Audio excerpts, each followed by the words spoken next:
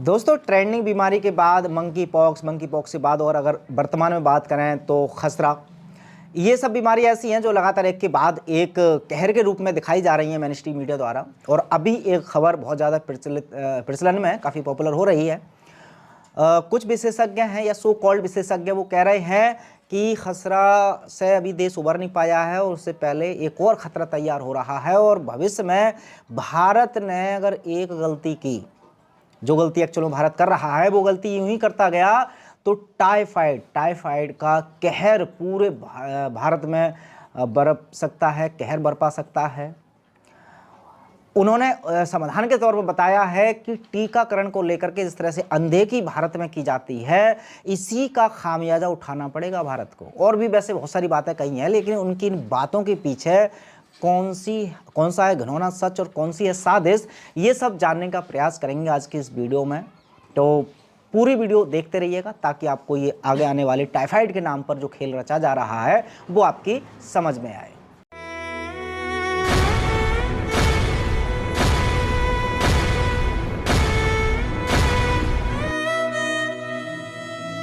नमस्कार, मैं हूं सुमित आजाद और अविकन भारत की इस नई वीडियो में आपका फिर से बहुत बहुत स्वागत है। तो दोस्तों, आप में से जो खासकर जागरूक साथी काफ़ी लंबे समय से जुड़े हैं, तो उनको मैं लगातार खबरों के द्वारा बताता जा रहा हूं कि किस तरह से इन्होंने एक बीमारी के बाद दूसरी के बाद तीसरी, हर बीमारी का एक्चुअल में अब इनको ट्रीटमेंट नहीं बताना, ना ही कोई दवा। हालांकि जो दवा और ट्रीटमेंट के नाम पर भी इन्होंने बहुत बड़ा गोरख धंधा मचाया हुआ है, बट उसी वो जो मेडिकल माफिया या फार्मास्यूटिकल्स कंपनियां या पूरा मेडिकल माफिया जो बैठा है, वो अब उसने एक नियम बना लिया है कि किसी भी एक पर्टिकुलर बीमारी को उठाओ, उसका कहर बरपाओ। कहर का बरपाने का मतलब उस प्रति जो लोगों में है वो डर पैदा करो और उस डर को ख़त्म करने के लिए एक और धंधा शुरू कर दो, वो है टीका। देखिए, मैं ऐसा क्यों कर रहा हूँ, आइए शुरुआत से समझते हैं। पहली बात तो देखिए, अभी जो खसरा की अपडेट है, जो मेन स्ट्रीम मीडिया द्वारा या जो अखबारों के द्वारा हमें पता चलता है कि लगभग 20 से ज़्यादा बच्चों की डेथ हो चुकी है। ये 20 अक्टूबर 2022 के बाद की बात बता रहा हूँ और लगभग 16,000 से ज़्यादा केस आए हैं और इसलिए काफ़ी चर्चा का विषय बना हुआ है। बच्चों को लेकर के टीकाकरण की जो प्रक्रिया है वो बहुत तेज़ हो गई।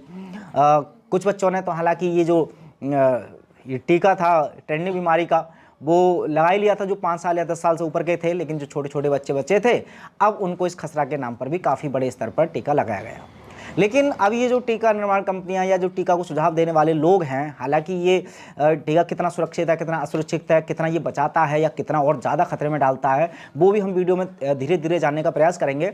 लेकिन इन लोगों को अभी भी सब्र नहीं हुआ कि इतने बड़े स्तर पर लोगों को टीका देने के बाद भी अब नई नई बीमारियां जिनका आज तक कभी टीका का नाम तक नहीं सुना था, अब ये कह रहे हैं कि अब टाइफाइड को रोकना है तो टाइफाइड जैसी बीमारी का भी हमने जो है टीका का विकास करना होगा। और एक्चुअल में इनके पास वैसे तो टीका नहीं है, लेकिन एक यूनिवर्सल इम्यूनाइजेशन का कुछ ऐसा प्रोग्राम चलता है इनका। इसके तहत कोई ना कोई ये टीका ये बोल करके कि ये टाइफाइड का टीका है, ये बोल करके लगाना चाहते हैं। लेकिन भारत में चूँकि काफ़ी ज़्यादा इग्नोरेंस होती है और ये ज़रूरी भी है, क्योंकि दो तरह की देखिए इम्यूनाइजेशन हो सकता है कि एक आप कृत्रिम तरीके से इन दवाइयों की मदद से कराएं या इन केमिकल की मदद से, और एक होता है नेचुरल। और जिस तरह से भारत की स्वदेशी चिकित्सा पद्धतियों में अल्टरनेटिव चूँकि टीका के हैं, इम्यूनिटी को स्ट्रॉन्ग करने के बहुत सारे उपाय हैं, तो जाहिर सी बात है कि भारत में लोग जो है इसको काफ़ी इग्नोर करते हैं, अंग्रेजी पद्धति वाले इस टीके को।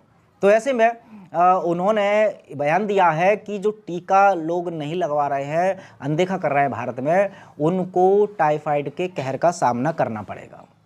और अब अगर मैं टाइफाइड की बात कर दूं तो जैसा कि ये टाइफाइड के बारे में क्या बताते हैं कि ये वाटर बॉर्न बैक्टीरिया के कारण होता है और ये लगभग 1.5 लाख से ज़्यादा जो है एक साल में लोग मर जाते हैं टाइफाइड के कारण, और जिसमें कि 40% सिर्फ इंडिया से ही होते हैं।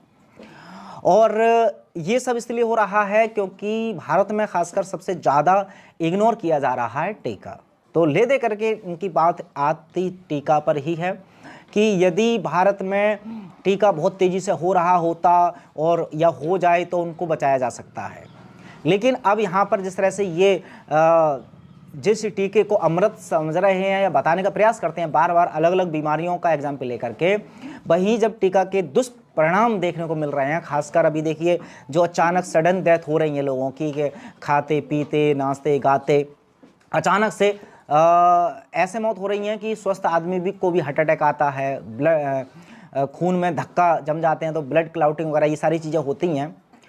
अब इन सब के कारण अब सवाल खड़े हो रहे हैं इस टीका पर भी, क्योंकि ये जो घटनाएं घटी हैं पिछले 2 साल के बाद पहली बार ऐसा हुआ है। हालांकि पहले के कुछ इतिहास के उठा कर देख लें तो ऐसी कभी डेथ नहीं होती थी, लोगों की अचानक मौतें नहीं होती थी। तो पिछले 2 साल में क्या हुआ है, 2 ही काम हुए हैं। एक तो ये ट्रेंडिंग बीमारी आई थी और इस ट्रेंडिंग बीमारी से बचाने के लिए एक टीका आया था। तो यहाँ पर हालांकि दोनों पक्ष हैं। एक पक्ष कहता है कि ये जो बीमारी है यही ये सब खेल खेल रही है, हो सकता है कि इसका एक और नया वेरिएंट आ गया हो, या हो सकता है इसका लॉन्ग टर्म जो है वो यही इफेक्ट डालता हो। तो इस सब के पीछे इस ट्रेंडिंग बीमारी वाले वायरस को ही ठहरा रहे हैं। दूसरा पक्ष ये कहता है कि हमें तो पहले ही पता था कि इस बीमारी से बचाने के लिए सो कॉल्ड जो टीका लगाया जा रहा है इसमें कुछ ऐसे एलिमेंट्स होते हैं, तो वो इंटेंशनली ही लगाया जा रहा है ताकि लोगों में इससे घाटा हो। और कुछ लोग तो इतना भी मानते हैं, कुछ कॉन्स्पिरेसी थ्योरीज भी सोशल मीडिया पर आती हैं कि डीपॉपुलेशन एजेंडा के तहत भी ये जो टीकाकरण वाला प्रोग्राम था वो पूरे विश्व भर में चलाया गया। लेकिन अब दोनों में कौन सही कौन गलत है इसका फैसला तो हालांकि इन्वेस्टिगेशन के बाद ही आ सकता है। जो लोगों की मौतें हो रही हैं उनके पोस्टमार्टम हो, उनकी जांच हो, तब कुछ रिजल्ट आए। लेकिन अगर लॉजिकल भी बात करें तो अगर इस बीमारी के कारण ही अगर ये सब कुछ हो रहा है तो फिर ये जो टीका लोगों को लगाया तो आखिरकार ये टीका इन सब चीज़ों से क्यों नहीं बचा पा रहा। और अगर टीका इन सबको नहीं बचा पा रहा तो जाहिर सी बात है कि टीका को इतना सुरक्षित या इतना कारगर आप कैसे कह सकते हैं कि हाँ टीका किसी भी बीमारी से बचा सकता है। भाई पूरे विश्व के इतिहास में पहली बार इतना बड़ा टीकाकरण इस बीमारी का हुआ और कई कई डोज लगाई गई। कुछ देशों में 2 डोज, किसी में 3, किसी में 4। इतनी डोज इतने कम टाइम में लगाने के बाद भी अगर टीकाकरण, और वो भी एक ऐसे वायरस जिसके बारे में अगर इन सो कॉल्ड वैज्ञानिकों की भी बात करें, इनके खुद के जो रिसर्चर्स हैं जिन्होंने डराने का भी प्रयास किया कि ये बहुत ज़्यादा खतरनाक है, तो ये खुद कहते हैं कि स्प्रेड तो बहुत तेज़ी से होता है लेकिन मरने वालों की संख्या काफ़ी ज़्यादा कम होती है। तो ऐसे में अगर जिसका मोर्टेलिटी रेट इतना कम है उससे भी अगर ये बूटी नहीं बचा सकती तो आगे आने वाले जो और भी ख़तरनाक वायरस हैं या और भी बहुत सारी चीज़ें हैं उनसे किस आधार पर ये कहते हैं कि टीका बचा सकता है। तो ऐसे में ये कई सारे सवाल तो खड़े होते हैं, बट इनका सवालों का जवाब फिलहाल वो लोग तो नहीं दे सकते क्योंकि सच वो भी जानते हैं, लेकिन उनको सिर्फ पैसा, धंधा या इन सब के अलावा उन्हें कुछ दिखता नहीं है। उनका खुद कुछ एजेंडा बने हुए हैं जिनको पूरा करने के लिए वो ऐसा कर रहे हैं और उनकी नज़रों में साथ इंसानियत नाम की भी कोई चीज़ नहीं है। लेकिन आप चूँकि इस समस्या से जूझ रहे हैं और ये सब चीज़ें आप पर ही इम्प्लीमेंट हो रही हैं तो आप ज़रूर अपनी जागरूकता रखिए। और जागरूकता बस आप मुझे भी कमेंट बॉक्स में अपनी राय ज़रूर बताइएगा कि आखिरकार ये अब टाइफाइड के टीका को लेकर के बयान आया है या और भी बीमारी को लेकर के ये आएगा, क्या अब ये टीका का सिलसिला कि हर एक बीमारी का टीकाकरण होना चाहिए ऐसा ही करने का प्रयास कर रहे हैं, ये मानव हित में है या फिर इंसानियत को ख़त्म करने का ही ये खेल खेला जा रहा है। मिलते हैं और इन्फॉर्मेशन के साथ अगली वीडियो में, तब तक अपना ख्याल रखें। जय हिंद।